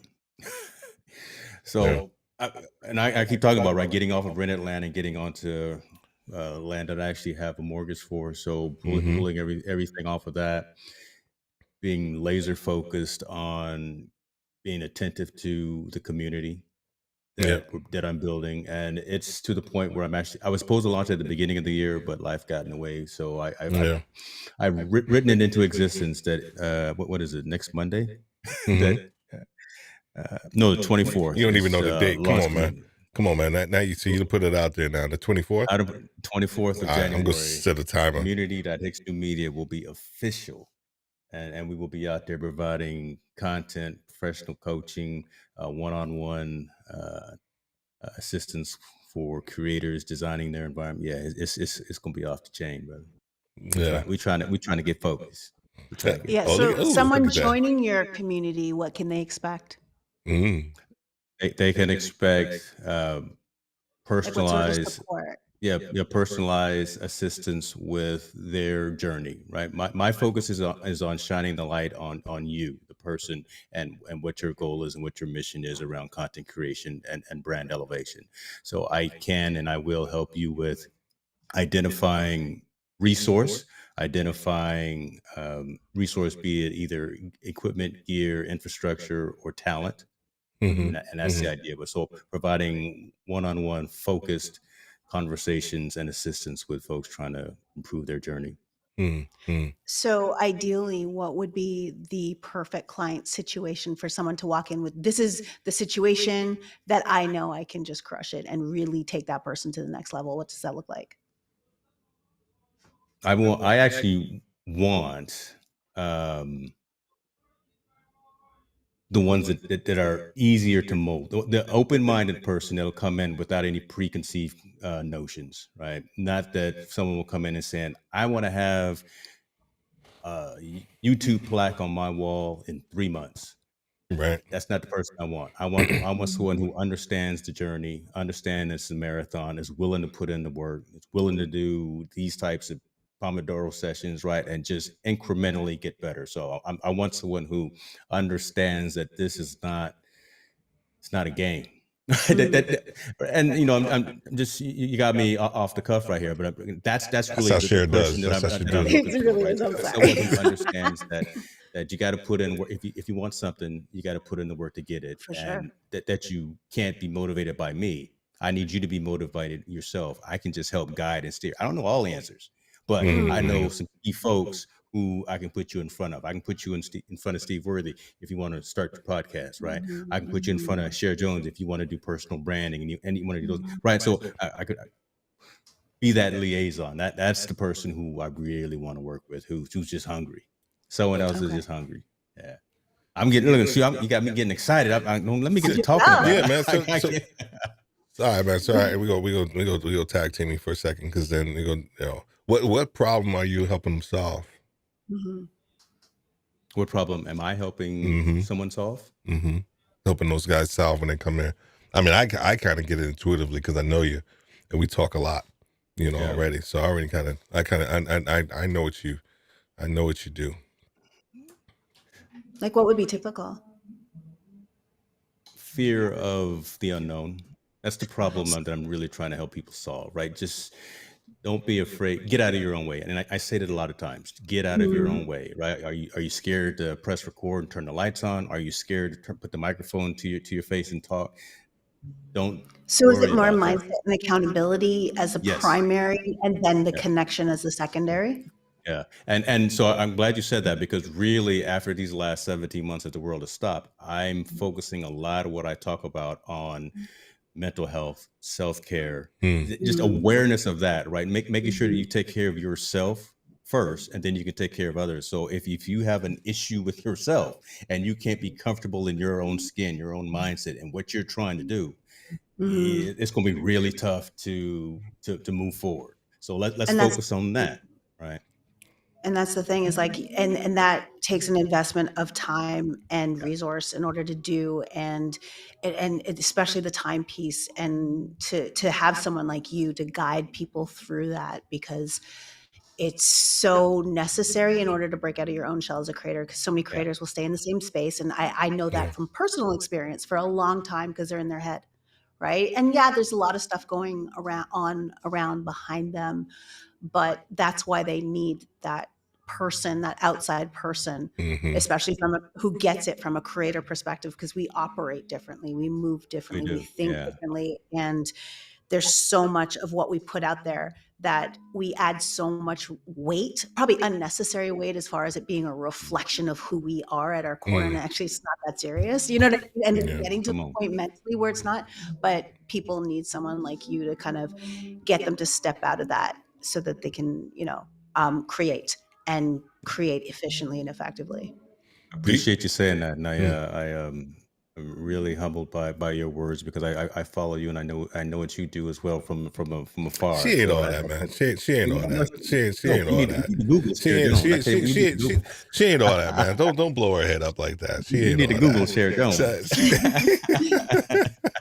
Well, it's interesting how you She's just all like, thank that. you. It's just like, No, she is all that. even as I'm shifting in my focus, and it's really like, so I see focus in the background. It's really about narrowing the focus, and as your word is focused for this year, my it's not a word, I guess it's a phrase, because I'm all in. Like that is my. Yeah. That's what I'm taking with me for 2022 is all in. And I don't think over the last, let's say 5-7 years, I've played all in just for different reasons. Obviously, when you go through family transitions and all that kind of stuff, it's like, you move all kind of stuff that rolls with it. You can't play all in, but I feel like I'm at that point where I'm grounded and to your point, James, around doing the work mentally so that you can free yourself creatively and actually put it out there.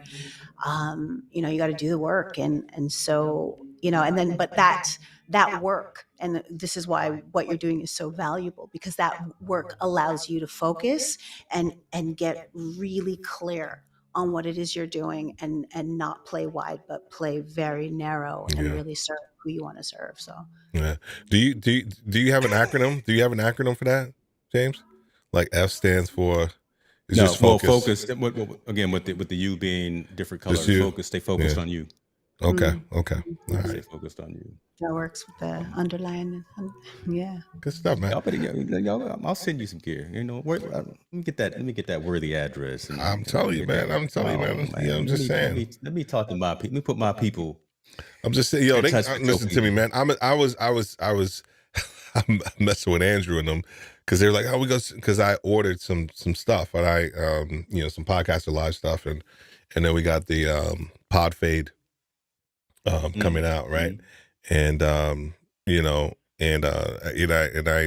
kind of got a little bit of the saying from Cher. She said it one time, and I heard it before, but she said it again, and it was confirmation, which is, pause if you must, but don't stop. And that whole pod fade piece, and that's how we're trying to play that piece off in there. But I was expecting like packages like today, like Friday, and it's like, dude, where's my stuff? I wanted to do like a full like unboxing, like of all like some gear. Yeah. Oh, you'll sit on Monday. Yeah, they're in Atlanta. They're in Atlanta. They're in Atlanta. Put them on blast like that, but yeah, they good. No, man, come on, man, they're good people. They Andrew's from New York. He gets me, and so no, they're good people. But they knew. I was like, yo, I'm excited. I'm like, getting my stuff. Like, we got you. So I'm excited to work with them. They do some really good stuff, though. They give some really good stuff. Actually, I'm looking at your stuff Jared right now. Jared, whose hat you wearing? So Jared's gonna be on the show too. That's a good dude. Yeah, I got Jared sorted. So he's gonna be on the show, and I got my biggest. I feel like one of my biggest guys so far. And a lot of people in the podcast industry may know him as James Cridlin, and some people do, some people don't. But he is like, I think I said it when I did a live stream the other night. Like, he is the person that Apple, Spotify, Spreaker, they all go to him to want to know like what's taking place in the podcast industry. Like, he is that guy. He's like an OG. Dude, like, yeah, man. OG, like, in podcasting. Like book writing OG from like way back. Book writing, blog writing, like his newsletters, and like the #1 newsletter in podcasting.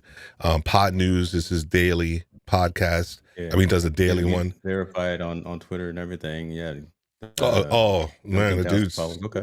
He's a pretty big deal. He's a Brit that's living over in Australia, and cool. Just having a conversation with him was cool, because as I was talking to him and telling him a little bit about what we're doing, he kind of bought into it, because he was an OG in the context share that he just felt around podcasting from a RSS feed. Like, that was it. Like, that was his. For years after listening to him, that's all he talked about, to the point where he pulled a trigger and he actually set up a YouTube channel and started putting his stuff on YouTube with just the image and just the audio. And now he's trying to do some other stuff. I just said that to say is that it's cool when you're trying to do something and you don't need the validation.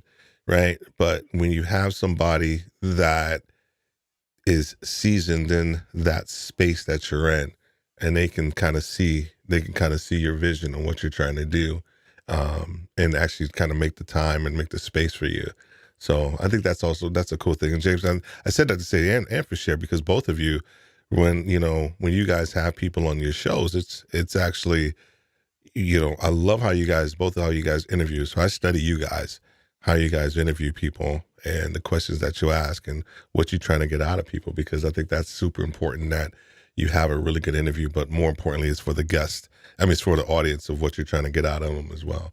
And my bad, James. I know I was busting your chops the other day, but I had to do it. So. It's all right, man. Heckling from the back of the room. It's all right, from the peanut gallery. It's okay. I was, but it was a dope conversation. And but I was like James, about, because It's all right. what were we talking? What was the conversation? We were just you were talking to Jeff Bull, and you were talking about what was that? Well, the subject started to be about career shifting and pivoting careers, and then working at home. How do we work at home? And then it went into my whole self-care, health, mental health type of conversation. And then he started talking about the situation he was going with his wife, right? The fact that she was ill for a while, or it started to get kind of serious and deep in the weeds. And I'm like, oh, this is going to be a great micro content segment that I'm going to cut off. And then you in the comments coming up with, you might be a Yankees or somebody. Y'all were talking about Jill. Teams. We're talking about you, y'all because saying that I'm crying because my teams aren't winning. I'm like, these black folks. No, because we were talking. You were talking about. This is why we can't have nice things, right? We were talking about. I'm like, we were talking about vulnerability. You started talking about vulnerability, and I will cry. And that's exactly. So you shouldn't have said that with me, because you were talking about vulnerability. It's like, I cry in a minute. And I was like, oh hell, James is a crybaby. I'm an emotional person. Look, so Shay, here's the deal. I got another show called Team No Sleep, right? And you got like 10 shows.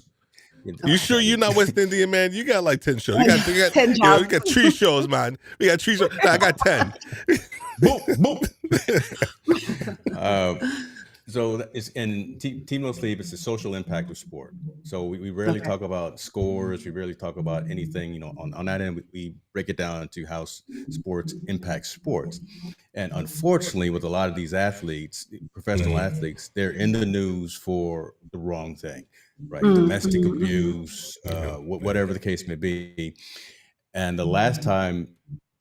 One time there was the story of the pitcher for the Dodgers that was caught abusing and beating his girlfriend, but he was still on the team, and they were still going to let him play, whatever. And we got into that conversation, and it got really. It was a good debate, good conversation with the audience too, as well. They were chiming in, talking about it, and it just took so much out of me. I literally took a sabbatical and a hiatus from streaming for a whole month. I couldn't do it anymore because it was so draining emotionally. Wow.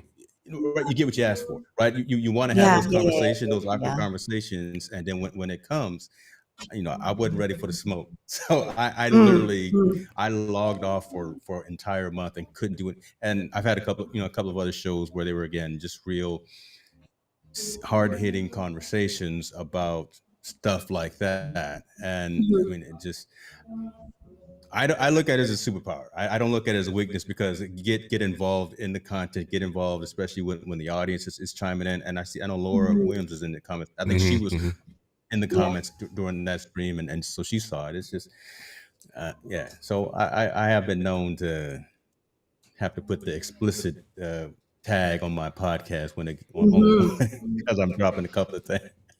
Yeah. Well, it's funny because I started my career in sports broadcasting, sports journalism way back like 99. So that was actually where I first, that's where I cut my teeth in broadcasting, although I was behind the scenes as a producer. But I did that for about 5 years. And it's just interesting, these full circle kind of things, and just how you hear different people's experiences. It's like, I have a connection. I know. Listen, I want to ask this question. It was posed out there.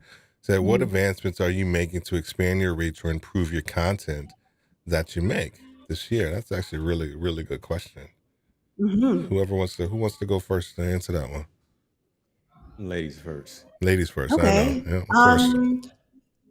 This year's been like within the last, like I'd say 5-6 months, has been the level up on the tech. And then I've been doing some other, actually it's funny, it's kind of sports tech related work as well. And so I have another, it's a small podcast. It's like a video podcast that I'm doing. And so it's interesting for that. It's just like creating content for that. And then just seeing, because I'm the producer and the editor and everything like that, plus the co-host, and just seeing what's coming out of me to create that and being like, yo, I'm pretty good. Like it was one of those acknowledgement things. Is like, why am I not doing this for my stuff again? You know? And so that has kind of had me look inward to say, okay, what is it you want? But then further stepping back to say, well, what's your business model right now? Because I can create content all day, Right. but if I don't have the pieces in place where this content makes sense, that it's not all about conversion, but it has to lead somewhere. Correct. Right. Correct. I've had to step back a little bit and continue to create where I'm creating, but step back so that I can accelerate forward in the right sense. So right now I'm in that beyond master, like the plan is there. Now it's getting the pieces to execute that plan so that the content is more than just content for me. Right. Yeah. I love this. It's like TV on our own terms. I started my career in broadcasting. Like this is literally me giving myself whatever opportunity. I could do what I want. I'm in my studio. This is my camera and my internet connection. Right? So, but at the same time, it's like, make it make sense, because I am in a season in my life where this is prime time for all of us right now. We're all in that same bracket where it's like, this is prime time. It's not play anymore. Like it's gotta make sense. I love what you said around your content has to go somewhere, right? You just can't like kind of create it. I always think that's the, because sometimes you hear, well, just create something. And I get that idea of just create something, right? To kind of, but that's not your level though.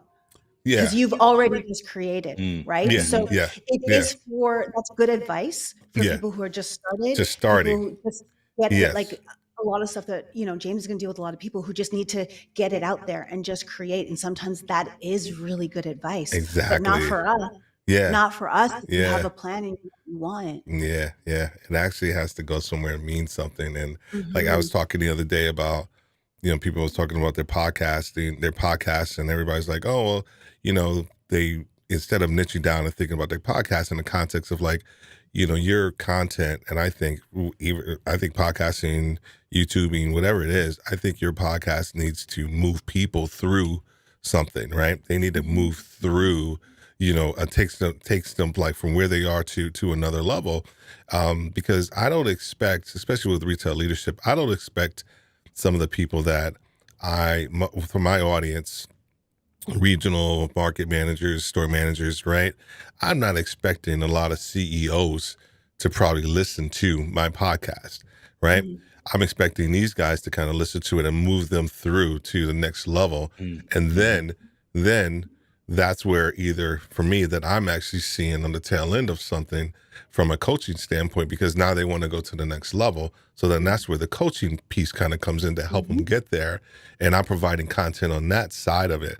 But I think that's the other thing, is that you have to think about it. And it's like, well, and also it's not for everybody. Your content's not for everybody. And I think that's the other, issue. I know James he's going to probably deal with a lot of people like that too, is that they want their content to be for, it's human nature, right? When you get into this game, you want to do stuff, you want to touch people, you want to talk to them, you want to help them, you want to yada, yada, yada. But at the end of the day, you start to spread yourself and your content too thin, and it doesn't make any sense. And everybody's like, oh, what the hell are you talking about? And I always believe in specificity, because, the more specific you are, I think people gravitate to that, because there's a surety behind your message. And there is confidence behind your message. Like, I don't necessarily agree like with what James may be talking about from a technology standpoint, but man, this dude sure sounds authoritative in what he's saying. So now I'm going to probably just listen to him when he's talking about Apple and not and not PC, and because he sounds authoritative, but that's because you've narrowed your focus, and I think that's where people have to. I know that was my struggle initially, but now I've been able to kind of niche down and focus in on that. There's one thing that came to mind as we were talking. You know what? If we're not focused and we don't have a plan for our content, you're just the entertainment, right? But yet you're not even paid. You're just the entertainment. I'm not trying to be just the entertainment, right? Especially because you're just the entertainment without an employer. That's even worse. That's that is right. even worse. So, I'm not here. Like, part of our job is to edutain, entertain, and be entertaining. But if you don't have a plan, if you don't know where you're going, you are just the entertainment, and that's all you're doing without an employer, and that sucks. Damn. See, go right there. Come on, man. Right? Yeah. James, you need to get focused. The shit, Joe. James, you need to get focused, man. I know I'm over here playing. You just being the entertainment, man. You just, I ain't gonna say what I want to say because no. You think? Well, I mean, this hits home really from two perspectives. 100%. And I'm gonna be selfish here. No, go ahead. Well, the fact that we were talking a second ago, you're talking about I have or had so many shows and I was doing so much, but really at the beginning of the year, I stopped and said, you know what, I can't do all of these different ones. So I have actually consolidated a number of those into one or two. So I've only got 3 shows now, and they're really focused on what I got out of my way and started listening to the community. Right. I wanted to do so much. And I wanted to have all these different cool conversations because they're interesting to me. But the folks that got me to this point where I'm getting a couple of nickels from Google is saying, no, we want you to talk about these things. I'm like, okay, well, shoot, let me listen to the community as opposed to let me stop being closed-minded and take these blinders off. So that right there. But one of the missions of Hicks Do Media ever since I started 10 years ago was to entertain, educate, and enlighten. So again, when you share, we're talking about if you're just entertaining, you're missing something. You're missing a boat. And I got this 3-legged stool. Yeah, I want to entertain because I want you to stick around. I want you to have fun. Sure. But I'm here to enlighten you and I'm here to educate you as well. So if I can give you all 3 of those in a 45-minute session, did my job. But I can't just be the guy dancing and singing and telling jokes. No, I mean that's exactly. Yeah. And not every episode or not everything has an end game in the sense of that I'm going to convert or I'm going to do this. Correct. But what you're doing is it's that whole brand building. It's that association. It's that trust, that credibility, so that you are top of mind. And for anybody who's watching right now and who has multiple things right now, that is actually part of the journey. Like, I think that you need to say, this is something that I say often, you need to say yes until you know it's a no. Yeah. Right. But the minute you know it's a no, stop wasting your time. Get out. Right. So it's okay to say yes to things and try things, but your spidey sense will tell you real quick, whether it's a client, whether it's a show, whether it's anything that you are getting in front of, all of a sudden you're going to be like, no, I don't want to do this. Get out. Don't give it a chance. If you know, you know. Yeah. If you know, you know, you know. You are preaching to the, you needed this message right now. I'm just going to say that. It's just further validation of some of the moves and uncomfortable moves that I've done, within the last couple of months. So this is, hey man, you are okay. Yeah, because they were trying to get you out of. I remember we were James, we were talking, and they were, you would get some hate from your, not really hate like that, but when you're trying to move your community to Mighty Networks, and people are like, no, don't do it. Yeah, don't do it. What are you doing? What are you doing? What's wrong with you? And we had a long discussion about that too, man. And then how did you feel about, because I knew that that was as we were talking, I was like, that's just the right thing. That's just the right thing. And then because I have one with Worthy Retail U.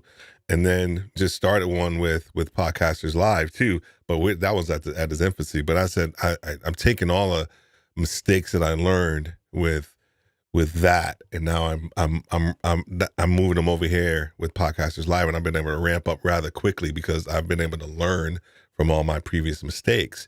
And I feel like, when you were talking about what you were trying to do, you were like, dude, I'm not going down this route. This is what I want to do, and ain't nobody gonna hold me back. But people were kind of disliking what you were talking about. If you don't have haters, you're not doing something right. And man, again, just trying to get away from the noise, get away from the naysayers. And I am a proponent of people will pay attention to what they pay for. So it will be premium content offered to you. You're not gonna waste your little nickels that we're gonna ask for when we finally spin this up on the 24. So it's all about providing value.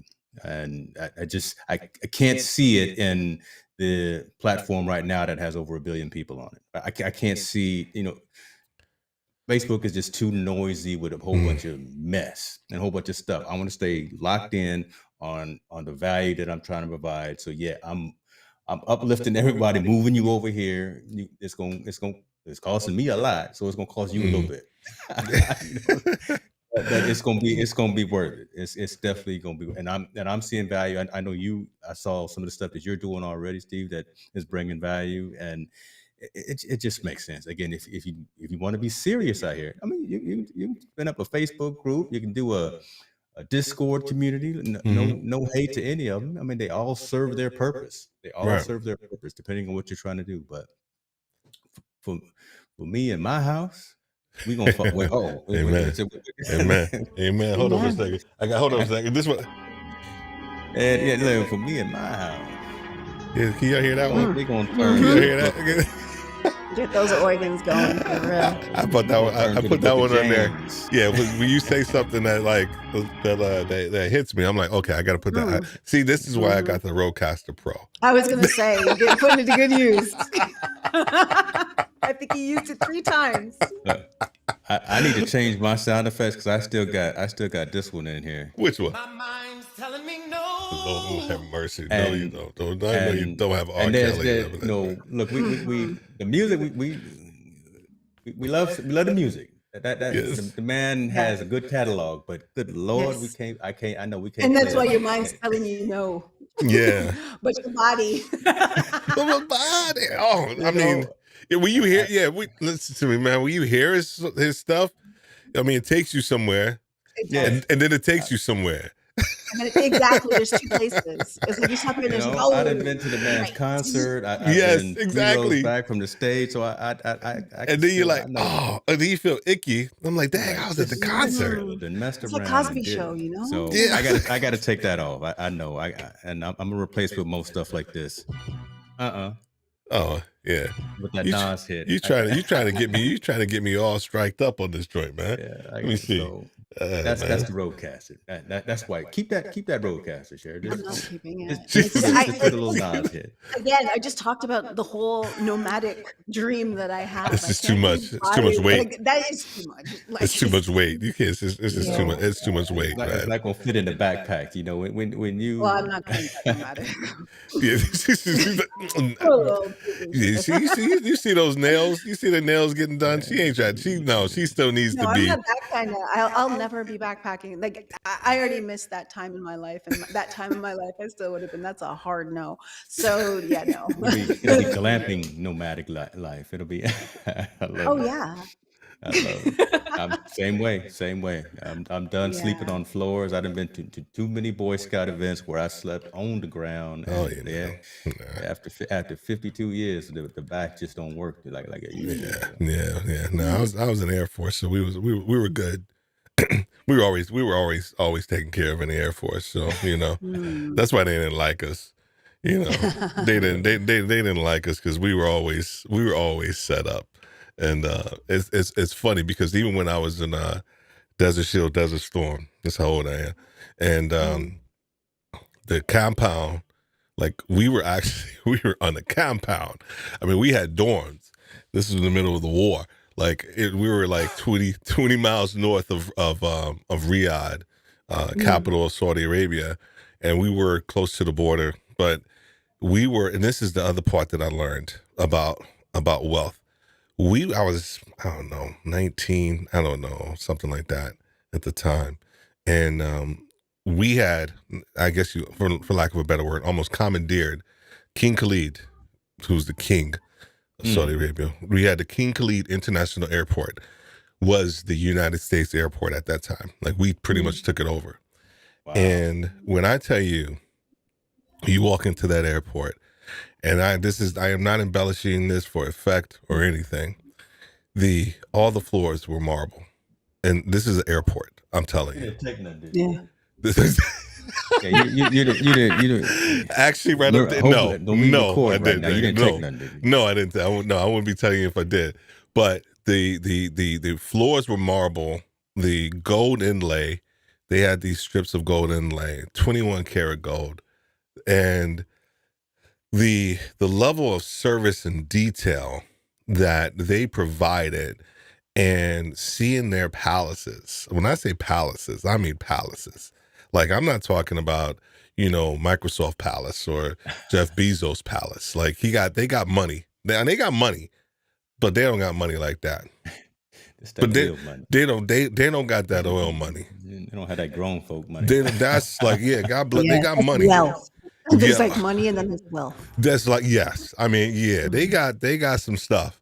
But man, being over there, it changed this young guy's mind about what wealth really is and how we think about things over here in the States. It just completely just changed my whole perspective on all of that. And just it was just a life-changing experience. Plus, I survived like 35 different Scud attacks because because of the Army. They bust our chops a lot because we're up in the sky helping them out, but they helped us out when we got attacked by some of those Scud missiles over there too. So shout out to the Army and the Patriot missiles for that too. I wouldn't be here without them. I wouldn't be here without them, man.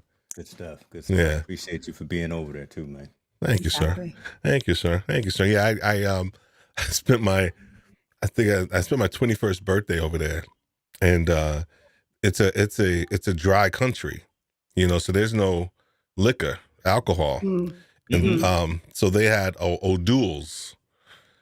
Yeah, right. So O'Doul's is like, it's like right fake beer. That's what that is. It's like it's like 0.1 or some percent alcohol.